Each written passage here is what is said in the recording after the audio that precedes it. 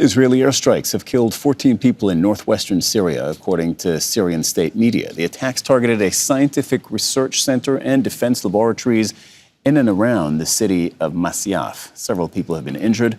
Some of them are reported to be in critical condition. Let's cross to Zeina Khodr, covering this from Beirut. Zeina, what more do you know about this attack? What can you tell us?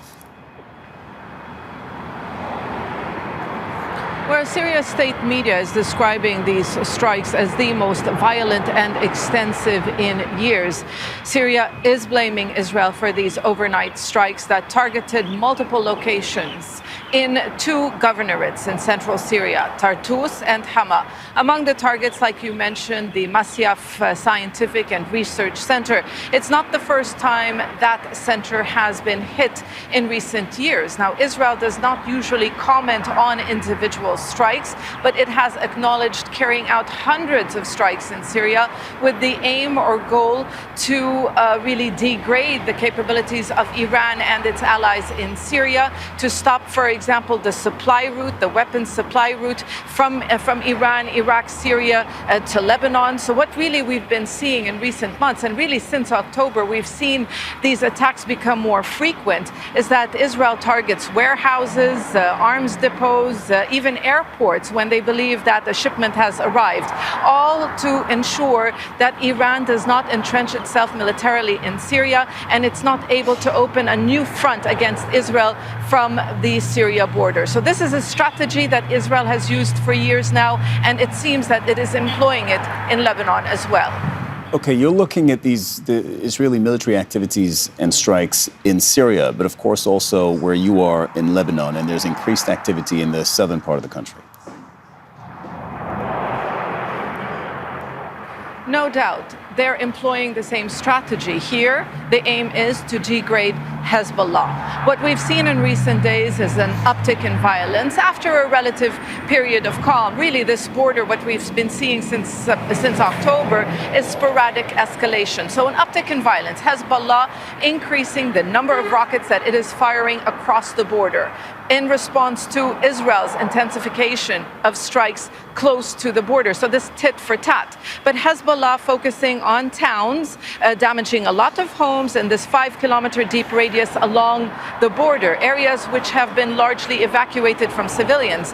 Israel, in its strikes, really has been focusing on targeting Hezbollah's military assets. So despite this uptick in violence, both sides still sticking to the unwritten rules of engagement to focus on military targets. Even though we're hearing a lot of rhetoric from the Israelis, the Israeli prime minister saying that the situation needs to change. He instructed the army, the security forces to prepare for change along the border. But both sides are showing that they're still calibrating their attacks to avoid a larger war, especially since Israel doesn't seem to have the U.S. backing, at least until the U.S. elections in November.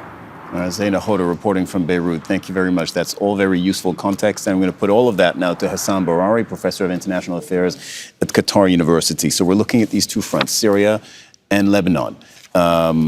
When you hear Israeli officials speak, they'll say that they're fighting 6 or 7 different fronts, right? The one that is probably the most difficult to understand and get accurate reporting on is what's going on in Syria. Strikes like the one we just saw, 14 people reportedly killed, and we don't really know what Israel is doing there, not in a precise way.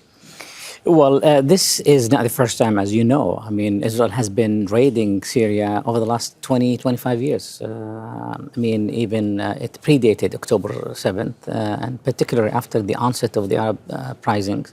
The Israelis have one objective there, is to prevent the Iranians from consolidating their position in Syria. So the positioning of Iranian forces are actually a threat to Israel from their own perspective. So they've been targeting them anywhere, and they're killing all their leaders. And there's one thing also conditioning the Israeli behavior vis-a-vis the Syrians, that the Syrians are not in control of Syria. So every time there's a kind of transfer of weapon to Hezbollah, this would affect the balance of power. So the Israelis think that the best way is to preempt that by attacking these convoys, military installations, Iranian officials. They've been doing this. This is their own strategy. It's actually a kind of a preventive measure. in order not to allow Hezbollah to mount an offense that would probably bring Israel to its knees. And there's very little accountability for this, right? Because nobody is actually denouncing this. You said the Syrian authorities are not saying anything publicly about this, or hardly. The media reporting is not super accurate. It's difficult to get access to the places where these strikes are happening and to get great information, up-to-date information. So the Israelis and everyone else who's operating in Syria, by the way, can pretty much get away with doing what they want in Syria. As long as it's in Syria, they can get away with it. Yeah, there's a kind of controlled anarchy in Syria. We don't have really a government that is in control of the situation in Syria.